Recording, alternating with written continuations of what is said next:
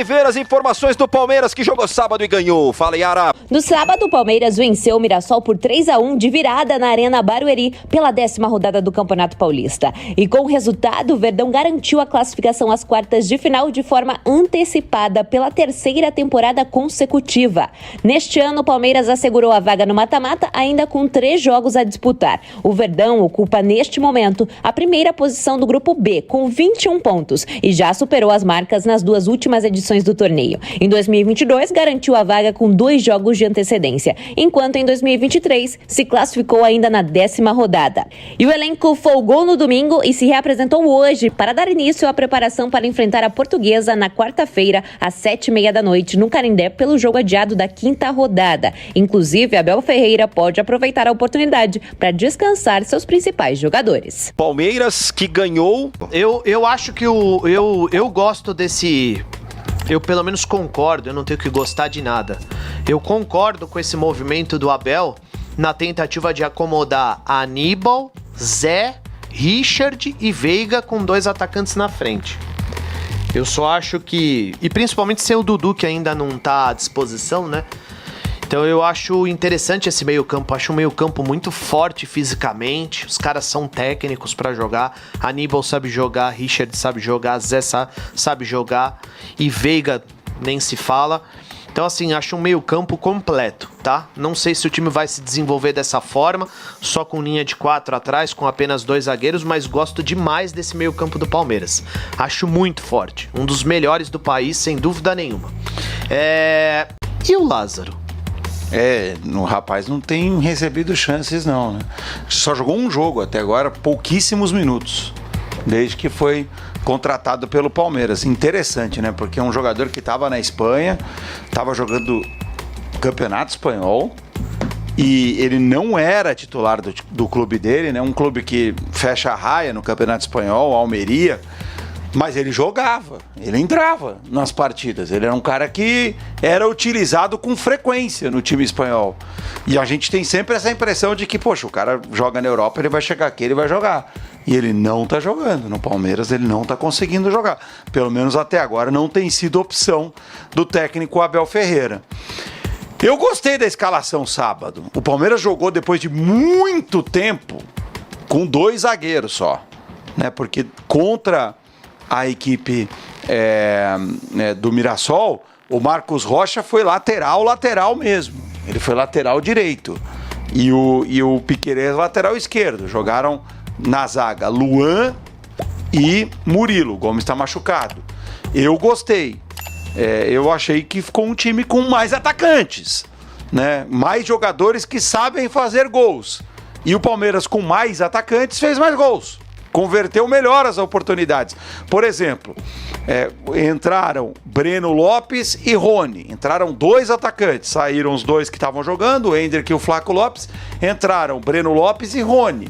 O Palmeiras manteve as mesmas características, né? Diferentemente do que vinha fazendo. Contra o Corinthians, por exemplo, o Palmeiras ele começa o jogo com 3 volantes, sendo um adiantado ali para a posição de meia, né, que era o Zé Rafael, e 2 atacantes, o Hendrick e o Flaco Lopes. Aí o que acontece durante o jogo?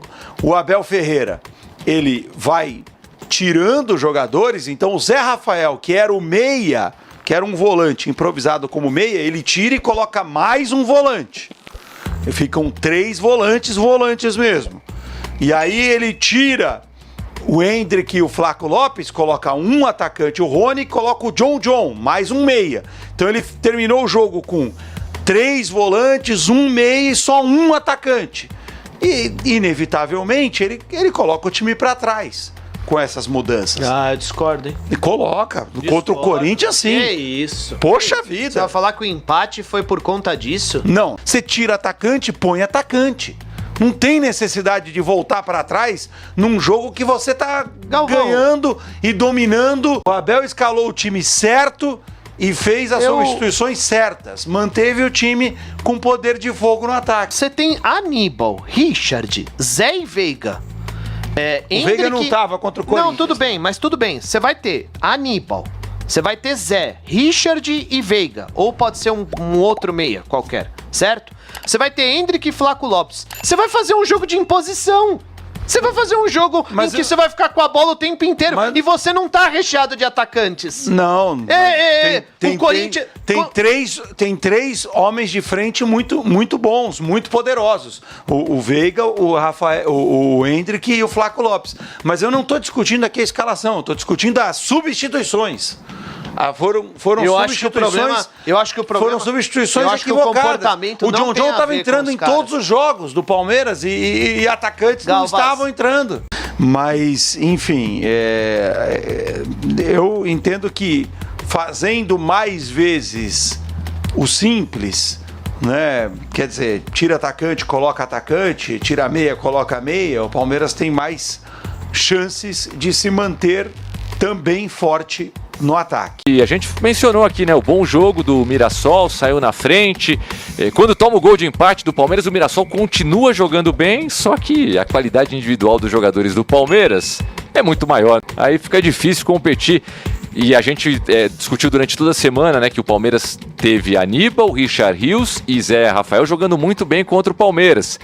Quem é que sairia ou ninguém sairia para a entrada do Rafael Veiga? Ninguém saiu, jogaram os 4 no meio campo. Eu acho que o Abel encontra essas soluções, né? O trabalho do Abel Ferreira é realmente muito bom, cara. Ele não desiste de jogador, ele encontra posições diferentes, ele vai melhorando individualmente os atletas. Embora o Palmeiras não tenha feito um grande jogo, teve força para buscar resultado. Aproveitou bem a entrada do Breno Lopes, né? Recebeu uma bola em velocidade para definir um jogo que estava aberto, porque o adversário realmente é muito bem treinado, um time bom, um time que chega e encara todo mundo de igual para igual, inclusive os grandes. Resultado importante para o Palmeiras em termos de tranquilidade para a classificação, para a busca aí da melhora física de alguns atletas, né? Principalmente do Rafael Veiga. Rafael Veiga fez o gol de pênalti, mas não estava jogando bem, ficou um tempo parado, teve um problema aí nos olhos, né? Acho que a questão física ainda para jogadores importantes para o Palmeiras a gente tem que esperar. E eu tenho uma curiosidade, né? Não lembro dos boletins recentes dos nossos repórteres em relação ao Dudu. Se há previsão para a volta do Dudu e quando ele voltar, como ele vai jogar. O Abel falou sábado que vai demorar ainda na coletiva. Depois talvez seja só para o brasileiro, né? Ou para Libertadores, né? Talvez seja só quando o Endrick sair, é um problema menos pro Abel. Já tem uma, não é uma reposição, né? Mas pelo menos você tem uma notícia boa para a saída do Endrick. Porque hoje, se o Dudu tivesse hoje à disposição, sairia o Flaco Lopes, Nori? Ou não? Eu acho que sairia o Flaco. Né? Acho que sairia o Flaco, se tivesse o Dudu à disposição. Então, vou fazer uma pergunta diferente. Ele é o então, artilheiro do time, Isso vice-artilheiro do falar, campeonato. né? O Flaco Lopes tá num momento muito legal. Ficou com a bola na mão ali na hora do pênalti, eu falei, será? Tá com essa moral toda, 6 jogos seguidos fazendo gol, será que ele vai bater o pênalti? Aí na hora H ele tava só aquecendo a bola ali. Porque essa questão do Dudu, Veiga. Tomás, que é uma pergunta bem legal que você faz, ou ele mexe no jeito de jogar e vai tirar um cara do meio, para que o Dudu seja um dos caras do meio jogando aberto, como ele fazia muito bem pelo lado esquerdo, né?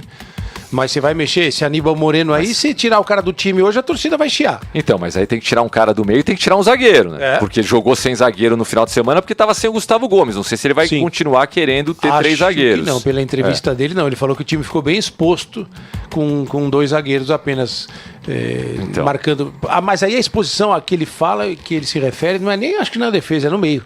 Entendi. Porque ele gosta de ganhar a disputa no meio, ter o controle do jogo no meio. Independentemente do que você acha que o Abel vai fazer, hoje, se o Dudu tivesse à disposição, qual seria o seu Palmeiras ideal? Mas sem o Endrick. Não, com o Endrick, com o Dudu, com o Flaco Lopes, com todos os zagueiros à disposição, com todos os meios. Se você colocaria 3 zagueiros, não colocaria 4 meio-campistas, não colocaria. Eu acho que com o Aníbal, o Palmeiras não precisa fixar tanto nos 3 zagueiros. Acho que dá pra jogar com Marcos Rocha, Gustavo Gomes, Murilo e Piquerez, Aníbal, Zé Rafael. Aí alguém no meio, né? O Richard Rios tá jogando muito bem. Acho que poderia ser Aníbal, Zé Rafael e Richard Rios, Veiga, Endrick e Dudu. Acho que poderia ser esse time aí. Muito bem. Já dá pra gente fazer essa previsão da volta do Dudu já com a saída do Endrick, né, Tomás? Porque muito provavelmente o Dudu volta e o Endrick vai estar indo. Então eu acho que caberia também. Seria uma boa opção. Aliás, eu tenho os números aqui do Palmeiras, sobre o que a gente estava falando até em relação a não jogar bem, mesmo assim conseguir a vitória.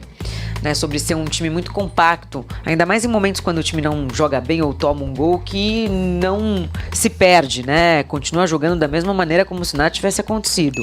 Até um pouco mais atento e busca o equilíbrio durante os jogos, né? Já são quase 40 jogos sem saber o que é perder na primeira fase do Campeonato Paulista. Apenas uma derrota nos últimos 21 jogos. O único invicto até aqui é do Paulista e o clube da Série A com a maior série invicta do ano. 15 jogos sem perder. Então o Palmeiras realmente coleciona aí bons momentos com o Abel, né? Impressionante. Eu acho que a capacidade psicológica também que ele impõe ali, né? O Abel que ele traz pro jogo, pros jogadores, é algo impressionante mesmo. E a gente sabe o quanto isso hoje é importante. A gente vê um Botafogo passando pelo oposto disso e não consegue voltar. Sim. Então eu acho que isso tem muito a ver com o que o Abel faz mesmo.